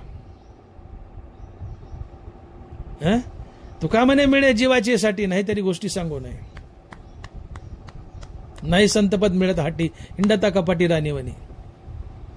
नाही मोल देता धनाची रशी. मग तुका म्हणे मिळे जीवाची साठी, नाहीतरी गोष्टी सांगू नये. देव कधी भेटतो किंवा संतपद कधी मिळतं? तर उत्तर आहे तुका म्हणे मिळे जीवाची साठी. उत्तर आहे तुका म्हणे प्राण करा देवाशी अर्पण. हा देह, हा प्राण देवाला अर्पण करा, तरच देव भेटतो. हा खरा उपचार आहे. बाकीच्या उपचाराला देव बळी पडत नाही. म्हणून तुकोबाराय म्हणतात की मी माझा पिंड अर्थात माझा देहच पांडुरंगाला अर्पण केला. माझा देह अर्थात पिंडच पांडुरंगाच्या पायावर ठेवला, चरणावर ठेवला. याचा फायदा मला काय झाला तर मला मुक्ती मिळाली. मग तुकोबाराय म्हणतात की मी माझा पिंड अर्थात देह पांडुरंगाच्या चरणावर ठेवला. एक फायदा झाला काय तर मला मुक्ती मिळाली. तर माझा देह अर्थात पिंड मी पांडुरंगाच्या चरणावर ठेवल्यामुळे मला माझा अजून एक फायदा झाला. तो काय फायदा झाला हे अभंगाच्या दुसऱ्या चरणात आणि महाराज लिहित आहेत, माझे झाले गया वर्जन फिटले पितराचे ऋण. माझे झाले गया वर्जन फिटले पितराचे ऋण. तुकोबाराय म्हणतात की मी माझा देह, माझा पिंड पांडुरंगाच्या अर्थात भगवान विष्णूच्या पदावर, पायावर ठेवला, अर्पण केला. त्यांनी मला पहिला फायदा झाला, मी मुक्त झालो. पण याचा अजून एक फायदा झाला काय तर द्वितीय चरणात महाराज म्हणतात माझे झाले गया वर्जन फिटले पितराचे ऋण. माझे झाले गया वर्जन फिटले पितराचे ऋण. मी माझा देह पांडुरंगाच्या चरणावर, मी माझा पिंड पांडुरंगाच्या चरणावर अर्पण केला. याचा दुसरा फायदा काय झाला तर माझं पितराचं ऋण आपोआप फिटलं आणि मला पिंडदान देण्यासाठी, माझ्या आईवडिलांचं पिंडदान देण्यासाठी गयेला जाण्याची गरज पडली नाही. बघा आता गंमत. तुकोबारायांनी आपला देह पांडुरंगाला अर्पण केला तर त्यांच्यावर असलेलं पितराचं ऋण फिटलं आणि पितरांचं पिंडदान देण्यासाठी त्यांना गयेला जाण्याची गरज पडली नाही. माझे झाले गयावर्जन, फिटले पितराचे ऋण. जो मनुष्य आपलं शरीर देवाला अर्पण करतो, जो मनुष्य आपलं शरीर, आपला पिंडच देवाला अर्पण करतो, तो मनुष्य नित्य नामधारक असतो. मुद्दा लक्षात घ्या.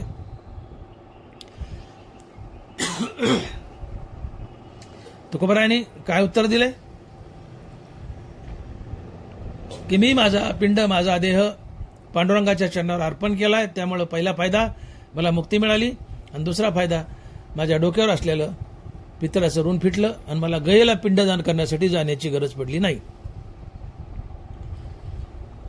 लक्षात घ्या की जो मनुष्य आपला देह पांडुरंगाला अर्पण करतो तो नित्य नामधारक असतो, आणि जो नित्य नामधारक असतो त्याच्यावर कुणाचंही ऋण नसतं. कुणाचंही ऋण नसतं, ना देव ऋण, ना ऋषी ऋण, ना पितृ ऋण. याची साक्ष नाथ महाराज देत आहेत आणि भागवतात लिहित आहेत. जो विनटला हरिचरणी तो कोणाचाही नाही ऋणी. जो विनटला हरिचरणी तो कोणाचाही नाही ऋणी. नाथ महाराज. ज्याने आपलं पिंड, आपलं शरीर पांडुरंगाला अर्पण केलंय तो काय सटरपटर नसतो, नास्तिक नसतो. मग ज्याने आपलं पिंड, आपलं शरीर भगवंताला, पांडुरंगाला अर्पण केलंय तो नित्य नामधारक असतो. आणि जो नित्य नामधारक आहे तो पांडुरंगाच्या चरणाला जडून असतो. मग जो पांडुरंगाच्या चरणाला जडून आहे, जो नित्य नामधारक आहे,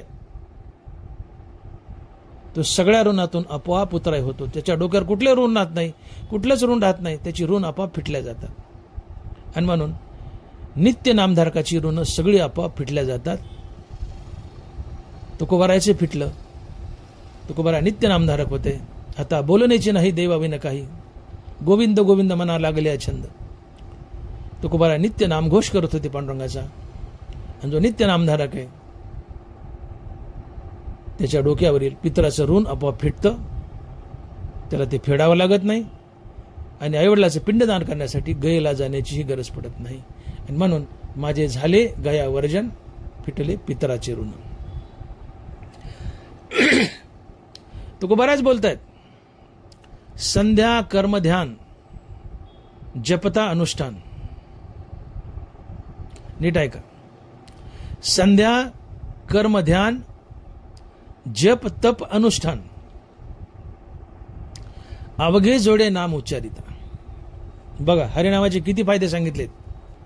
संध्या, जी तुम्ही नित्य संध्या करता, ती संध्या कर्म, कर्मकांड. कर्मकांड म्हणजे हे आलं पित्र, वर्षश्राद्ध, हे कर्मकांड. संध्या कर्म ध्यान, जप तप आणि अनुष्ठान. संध्या कर्म ध्यान जप तप अनुष्ठान या सगळ्या गोष्टी हरिनाम घेतल्यानं घडतात. संध्या कर्म ध्यान जप तप अनुष्ठान अवघे जोडे नाम उच्चारिता. तुकोबार आहे. मग यात कर्म सांगितले. संध्या कर्म ध्यान जप तप अनुष्ठान. कर्म जे कर्मकांड आहे त्यात पित्र आले, तुमचं वर्षश्राद्ध आलं, जे जे असेल काय आणखी पित्राच्या संबंधातलं. तुकोबाराय म्हणतात, मी नित्य नाम घेतो, पण ही कर्मकांड आपोआप घडली, मला ती करायची गरज नाही. पित्राच्या ऋणातून मी उतराई झालो. जो विनटला हरिचरणी तो कोणाचाही नाही ऋणी. आणि मग नित्य नाम घ्या, नामधारक बना, नित्य नाम घ्या.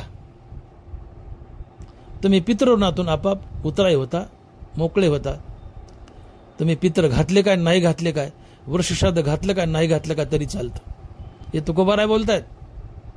तुकोबाराय बोलतायत, मी माझा पिंड, माझं शरीर पांडुरंगाला दान केलंय. पहिला फायदा मी मुक्त झालो. दुसरा फायदा काय फायदा, माझे झाले गयावर्जन, फिटले पितराचे ऋण. मी माझं शरीरच पांडुरंगाला दान केलं, आणि जो नित्य नामधारक आहे तोच पांडुरंगाला शरीर दान करतो. अर्थात तुकोबाराय नित्य नामधारक आहेत. आणि जो नित्य नामधारक आहे त्याच्यावर कुठलंच ऋण नसतं, पितृ ऋणही नाही. आणि म्हणून मी नित्य नामधारक आहे, म्हणून पितराचं ऋण माझं आपोआप फिटून गेलं आणि मला गयेला जाऊन पिंडदान वर्षश्राद्ध करण्याची गरज राहिली नाही. मी गयेलाही गेलो नाही, का तर मी नित्यनामधारक आहे. नित्यनामानं पितृऋणातून उतराई झालो. आणि म्हणून कुळामध्ये एखादा वैष्णव जन्माला यावा. लक्षात ठेवा, वैष्णव या शब्दाचा अर्थ संत होतो. वैष्णव तो जया अवघी देवावरी माया. ज्याला धन दौलत काही आवडत नाही, विषय तो त्यांचा झाला नारायण. नावडे धनजन माता पिता. ज्याला धनजन माता पिता पैशातला काही आवडत नाही, फक्त नारायण आवडतो. एका हरिनामाशिवाय कशाचीच आवड शिल्लक न राहणं, हरी आणि हरिनाम आवडणं, तो वैष्णव असतो. आता तो संत असतो. पण या असा महान संत जरी कुळात जन्माला नाही आला, तरी संत पदावर चालणारा आणि नित्य नामधारक एखादा व्यक्ती, त्याला आपण वैष्णव म्हणू. संत पदावर चालतोय, नित्य नामधारक आहे असा व्यक्ती, अर्थात एखादा वैष्णव जर जन्माला आला आपल्या कुळात, तर तो आपल्या अनंत अनंत पिढ्यांचा उद्धार करतो. तुका म्हणे कोटी कुळेती पुनीत. तुका म्हणे कोटी कुळेती पुनीत, भावे गाता गीत विठोबाचे. एक नाही, दोन नाही, कोटी कोटी कुळे शब्द ऐका. तुका म्हणे कोटी कुळेती पुनीत. कशाने? भावे गाता गीत विठोबाचे. तुम्ही विठ्ठलाचं नाम नित्य घेतलं तर तुमची कोटी कोटी कुळे पुनीत होतात. हे सगळं तुमच्या नामाचं पुण्य तुम्हाला तर लागतं, पण त्यांनाही लागतं.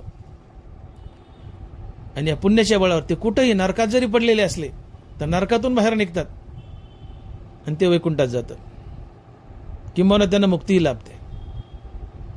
दोन्ही पक्ष पाही उद्धरती. ज्ञानदेवा सांग झाला हरिपाठ, पूर्वजा वैकुंठ मार्ग सोपा. काय बोलतात ज्ञानोबा? ज्ञानदेवा सांग झाला हरिपाठ, पूर्वजा मार्ग वैकुंठ सोपा. पूर्वजा कुणाला कुणाला मार्ग झाला वैकुंठाला सोपा? पूर्वजा मार्ग वैकुंठ सोपा. हरिपाठ सांग झाला या शब्दाचे दोन अर्थ होतात. सांग म्हणजे सांगाता, सांगाता म्हणजे शेवट. आपण नाही म्हणत सप्ताची सांगाता झाली का हो, किंवा सांगाता कधी हो, तर शेवट म्हणायचे आपण सांगाता म्हणतो, पण तो शेवटच असतो. जसं खळं संपले पण आपण म्हणतो खळं वाढलं का हो, संपलंच असतं, पण खळं वाढलं का हो, संपलं म्हणून नाही, वाढलं का म्हणावं.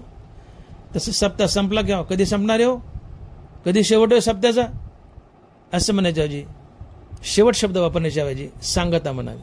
सांगता म्हणजे शेवटच, हा एक अर्थ आहे. आणि सांग किंवा सांगता, सांग या शब्दाचा अर्थ होतो की मुखाने अखंड हरिनाम घेत राहणे, म्हणजे ज्ञानदेवा सांग झाला हरिपाठ. अतिशय आवडीने अतिशय प्रेमानं मुखानं अखंड हरिनाम जपत राहणं, सहज हरिनाम जपत राहणं, याला म्हणायचं ज्ञानदेवा सांग झाला हरिपाठ. आणि म्हणून जो मुलगा ज्याच्या तोंडातून कॉन्स्टंटली हरिनामाचा फ्लो चालू आहे, जो सातत्याने हरिनाम जपतोय, त्याचे पूर्वज नरकात जरी असले तरी तिथून निघून ते वैकुंठाला जातात. पूर्वजा मार्ग वैकुंठ सोपा. ज्ञानदेवा सांग झाला हरिपाठ, पूर्वजा मार्ग वैकुंठ सोपा.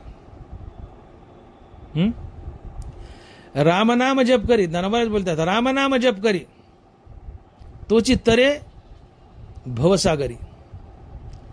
पितरा सहित निर्धारी वैकुंठपुरी पावले. रामनाम जप करी तोची तरे भवसागरी, पितरा सहित निर्धारी वैकुंठपुरी पावले. जो रामनामाचा निरंतर जप करतो तो तर भवसागर तरतोच, पण आपल्या पितरांनाही भवसागरातून तारतो, वैकुंठाला नेतो किंवा सायुज्य मोक्षाला नेतो. आणि म्हणून मुलगा हा नामधारक असावा. आपल्या कुळात एखादा तरी वैष्णव जन्माला यावा. तो आपल्या अनेक लोक म्हणतात 21, 21, 42 पिढ्या तारतो, पण तुकोबा आहे तो कोटी म्हणतात. तुका म्हणे कोटी कुळे ती पुनीत, भावे गाता गीत विठोबाचे. 42 धारा पण तुकोबराय तर कोटी म्हणताय. दोन्ही पक्ष पाही उद्धरती. आपल्या कुळामध्ये आपल्या वंशामध्ये एखादा नामधारक एखादा वैष्णव जन्माला यावा. तो आईकडील आणि वडिलाकडील 42 पिढ्या किंवा तुकोबराच्या भाषेत कोट्यवधी पिढ्या तारतो. नरकात पडलेल्या बाहेर काढतो. नरकात पडलेल्या बाहेर काढतो त्यांना मुक्त करतो. हे पद्मपुराणात म्हटलंय. वैष्णव नामधारक जर कुळात जन्माला आला तर तुमचे पूर्वज काही नरकात पडले तर नरकातून त्यांना बाहेर काढतो आणि वैकुंठाला नेतो किंवा मोक्षाला नेतो. ज्ञानदेवा सांग झाला हरिपाठ पूर्वजा वैकुंठ मार्ग सोपा. नाथ महाराज म्हणतात एका जनार्दनी जपता मंत्र ओठी. नीट आहे का? एका जनार्दनी जपता मंत्र ओठी पूर्वजा वैकुंठी पायवाट. रामकृष्ण हरी नामाचा मंत्र जपा पूर्वजाला वैकुंठाला जायला वाट आपोआप सापडते. अर्थात पूर्वज वैकुंठाला जातात. रामनाम जपा. रामनाम जपा तुम्ही ताराल पूर्वजाला ताराल. म्हणून कुळात एखादा वैष्णव जन्माला यावा. आणि एकही वैष्णव एकही नामधारक जर कुळात जन्माला नाही आला तर तुकोबाराय म्हणतात जय कुळी नाही एकही वैष्णव.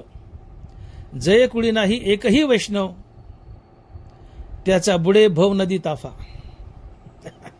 जय कुळी नाही एकही वैष्णव त्याचा बुडे भव नदी ताफा. ज्या कुळात एकही वैष्णव किंवा नामधारक जन्माला येत नाही त्याचा सगळा भवतापा पुढचा मागचा भवनदीत बुडतो. अर्थात संसार बंधनात अडकतो, नरकाला जातो. मग कुळात जर वैष्णव जन्माला आला ते नरकातील पितर काढतो, आपल्या पिढ्या काढतो, मागच्या वैकुंठाला नेतो. आणि कुळात वैष्णव जन्माला नाही आला तर तू आणि त्याचं सगळंच मागचं पुढचं कुळ नरकाला जातं. म्हणून आपल्या कुळामध्ये वैष्णव जन्माला यावा. वैष्णव नाही जन्माला आला तर मागचं पुढचं सगळं बिराड नरकाला जातं. जय कुळी नाही एकही वैष्णव त्याचा बुडे भव नदी ताफा. आणि म्हणून पोटी सात्विक संतान यावी असं वाटत असेल तर तुम्ही सात्विक बना, नामधारक बना. ज्ञानदेव म्हणे नाम जपा हरीचे परंपरा त्याचे कुळ शुद्ध. तुम्ही हरिनाम जपा, पोटी हरिनाम जपणारी संतती येईल. ही हरिनाम जपणारी संतती वैष्णव असेल आणि हा वैष्णव आपल्या कोट्यावधी पिढ्या कुळी तारेल, त्यांचा उद्धार करेल. आणि म्हणून कुळात एखादा तरी वैष्णव जन्माला यावा, तो कोट्यावधी कुळाचा उद्धार करतो. शिवाय आपल्या पितरांना संतुष्ट करतो, सुखी करतो. नाथ महाराजच बोलतायत, शरण रिगालिया श्री रघुनाथा. शरण रिगालिया श्री रघुनाथा त्याच्या पूर्वजा होई सुखरूपता. ऐका, शरण रिगालिया श्री रघुनाथा त्याच्या पूर्वजा होय सुखरूपता. तुमच्या कुळात वैष्णव जन्माला आलाय, नामधारक बाळ जन्माला आलाय. त्याच्या नामामुळं त्या पितरांना संतुष्टता आणि सुख लाभतं. ते प्रसन्न होतात, आशीर्वाद देतात. घरात भरभराट होते, बरकत येते, आनंद वातावरण असते, प्रगती होते, श्रीमंती येते, आशीर्वाद लाभतो. म्हणून नामधारक संतान असेल तर त्या नामामुळं तुमचे पूर्वज संतुष्ट होतात, सुखी होतात आणि मुक्तही होतात. आणि म्हणून तुम्ही नामधारक बना. आजच्या प्रस्तुत अभंगात तुकोबारांचा इशारा आहे की तुम्ही नामधारक बना. मी नामधारक बनलो. तुकोबाराय म्हणतात, मी माझा पिंड माझा देह पांडुरंगाला अर्पण केला. पहिला फायदा काय झाला? मला मुक्ती मिळाली. मी माझा पिंड माझा देह पांडुरंगाला अर्पण केला. दुसरा फायदा झाला काय? तर मी नामधारक आहे म्हणून पिंड अर्पण केलाय, आणि मी नामधारक आहे म्हणून काय फायदा झालाय, तर मी पितृऋणातून आपोआप मुक्त झालोय. मला माझ्या पितरांचं पिंडदान करण्यासाठी, वर्ष श्राद्ध करण्यासाठी गयेला जाण्याची गरज पडली नाही. हे तुकोबराच्या जीवनात घडलंय.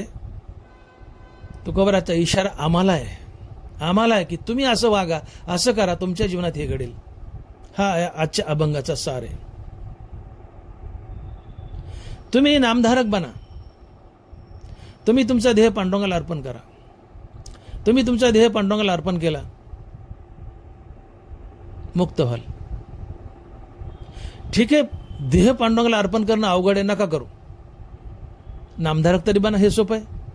नामधारक तरी बना ना. तुम्ही नामधारक बना.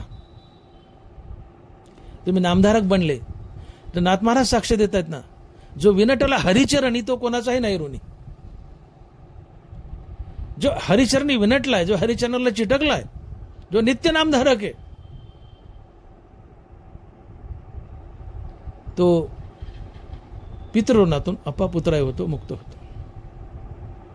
त्याला वर्ष श्राद्ध करायची गरज नाही, पितृजीव घालायची गरज नाही. ज्याच्या मुखात नित्य नाम आहे त्याला पितृ घालायची गरज नाही, वर्ष श्राद्धाची गरज नाही. आणि तुकोबराय यामुळेच म्हणतात की मी नित्य नामधारक आहे. माझा देह मी पांडुरंगाला अर्पण केलाय. का केलाय? तर मी नित्य नामधारक आहे, आणि नित्य नामधारक आहे म्हणून मी माझा देह पांडुरंगाला अर्पण केलाय. पांडुरंगाला देह अर्पण केलाय, मी नित्य नामधारक आहे म्हणून मला माझ्या पितरांचं, आईवडिलांचं पिंडदान करण्यासाठी गयेला जाण्याची गरज पडली नाही. आणि या पितराच्या ऋणातून मी आपोआप उतराई झालो. तुम्ही नामधारक बना. भले नका तुमचा पिंड, तुमचा देह पांडुरंगाला अर्पण करू, ती अवघड गोष्ट आहे, पण किमान नित्य नामधारक बना. तुम्ही पितृऋणातून आपोआप उतराई व्हाल. तुम्हाला गयेला किंवा काशीला तुमच्या पितरांचं, आईवडिलांचं पिंडदान करण्यासाठी, वर्ष श्राद्ध करण्यासाठी जाण्याची गरज पडणार नाही. हनुमान महाराज म्हणले की मी बोललो की मी जे काय वर्ष श्राद्ध आणि पितराबद्दल वर बोललो सुरुवातीला, महाराज म्हणतायत की डॉक्टर भागवत मोठे, तुम्ही जे काय पितराबद्दल वर बोललेत, वर्ष श्राद्धाबद्दल वर बोललेत, त्यातलं मी काहीच केलं नाही. का केलं नाही? तर अभंगाच्या चरणात, पहिल्या चरणात उत्तर दिलंय, पिंड पदावरी दिला आपुल्या करी. मी का केलं नाही वर्ष श्राद्ध किंवा पितराचं जेवण? तर मी माझा पिंडच पांडुरंगाला अर्पण केलंय. का पिंड अर्पण करू शकलो? तर मी नामधारक आहे. एक नामधारकच, नित्य नामधारकच आपला पिंड पांडुरंगाला अर्पण करू शकतो. मी नित्य नामधारक आहे म्हणून माझा पिंड पांडुरंगाला अर्पण केला, पिंड पांडुरंगाला अर्पण केला, देह पांडुरंगाला अर्पण केला म्हणून मुक्त झालो. हा पहिला फायदा. आणि मी नित्य नामधारक आहे, पिंड अर्पण केला, नित्य नामधारक आहे म्हणून दुसरा फायदा झाला की मी पितृऋणातून आपोआप उतराई झालो. मला गयेला जाण्याची गरज पडली नाही वर्ष श्राद्ध किंवा पितृ घालण्यासाठी. म्हणून आपण नित्य नामधारक बना. तुम्ही पितृऋणातून आपोआप उतराई व्हाल आणि गयेला काशीला श्राद्ध करण्यासाठी जाण्याची गरज पडणार नाही. इथे तुकोबराय सरळ इशारा करतात की नित्य नामधारकाला आईवडिलाचं श्राद्ध आणि पितृ घालण्याची गरज नाहीये. मी नित्य नामधारक आहे म्हणून माझ्या आईवडिलाचं श्राद्ध करायची मला गरज नाही. मी त्यांच्या ऋणातून आपोआप उतराई झालो.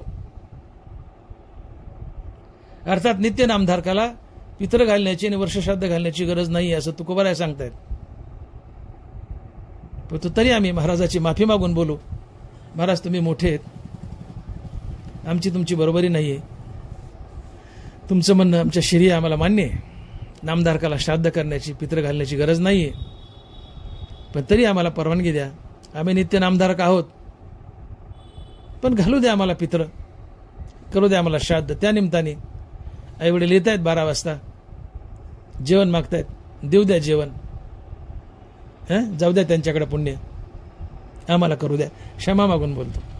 पण महाराज बजावतात. तुम्ही नित्य नामधारक असाल तर तुम्हाला वर्ष श्राद्ध करण्याची गरज नाही, पितृ घालण्याची गरज नाही. तुम्ही या पितृऋणातून आपोआप उतराई होतात. हनुमान महाराज बोलतात की माझे झाले गया वर्जन, फिटले पितराचे ऋण. पुढे तिसऱ्या चरणात महाराज बोलतायत की केले कर्मांतर बोंब मारली हरिहर. केले कर्मांतर बोंब मारली हरिहर. महाराज म्हणतात मी जे कर्मकांड आहे, आई वडील गेले त्यावेळेस जे काही कर्मकांड करावं लागतं,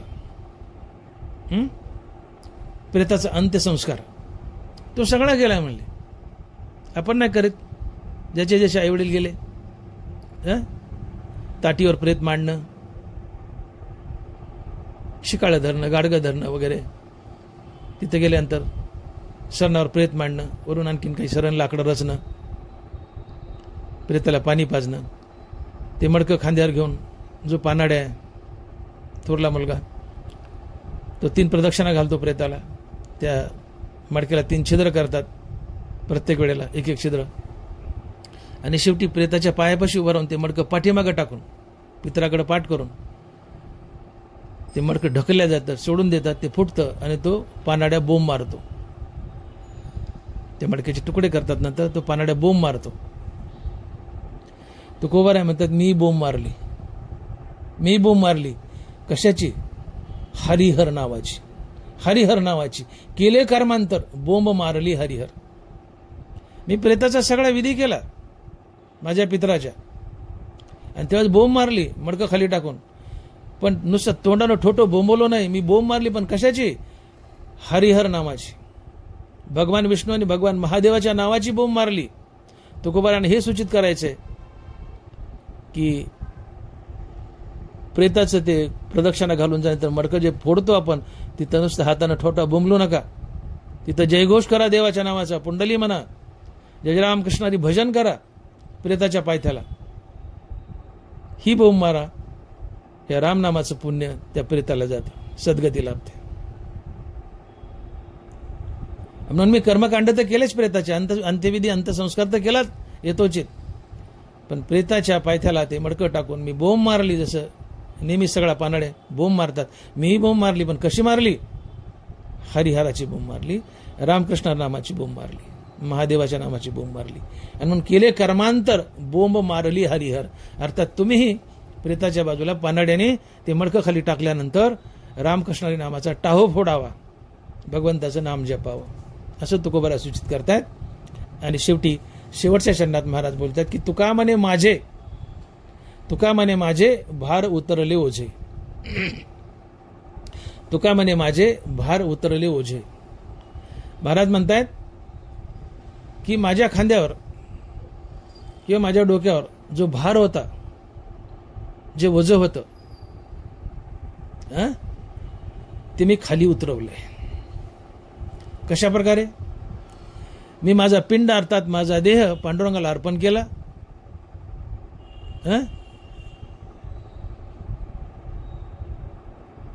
आणि तोच मनुष्य आपला देह पांडुरंगाला अर्पण करतो की जो नित्य नामधारक आहे. मी नित्य नामधारक आहे, म्हणून मी माझा पिंड माझा देह पांडुरंगाच्या चरणावर अर्पण केला. त्यामुळे मला मुक्ती लाभली. पहिला फायदा या अखंड नामस्मरणामुळं आणि या पिंडदानामुळं मी पितृऋणातून उतराई झालो. मला गैला जाऊन श्राद्ध पिंडदान करण्याची गरज पडली नाही. आणि मी पितराचं जे काय कर्मकांड असतं तेही केलं अंत्यसंस्कार करून, आणि पितराच्या पायथ्याला वरून मडकं टाकून हरिनामाची हरिहर नावाची बोंब मारली, अर्थात भगवंताचं नामस्मरण केलं. अशा प्रकारे जे काय पितृऋण माझ्यावर होतं त्या ओझ्यातून मी उतराई झालो. शिवाय माझ्या जीवनात जो काही भार होता संसाराचा तोही निघून गेला. का? तर मी माझा पिंड माझा देहच पांडुरंगाला अर्पण केला. मी देह आणि देह संबंधीने माझं हे नातंच तोडलंय. त्यामुळे इतर कर्तव्याचं संसाराचं भार माझ्यावर राहिलाच नाही. भार आणि ओझे एकाच अर्थ शब्द आहेत, पण संसारिक ओझं किंवा संसारिक भार आणि हे पितराचं ओझं, संसारिक भार आणि पितराचं ओझं, या दोन्ही भारातून अर्थात ओझ्यातून मी उतराई झालोय, मुक्त झालोय. का? तर केवळ एका हरिनामाच्या बळावर. आणि म्हणून तुका म्हणे माझे भार उतरले ओझे, विठोबा रखो माई. जय जय विठोबाय रखुमाई, विठोबाय रखुमाई, जय जय विठोबाय रखुमाई, विठोबाय रखुमाई.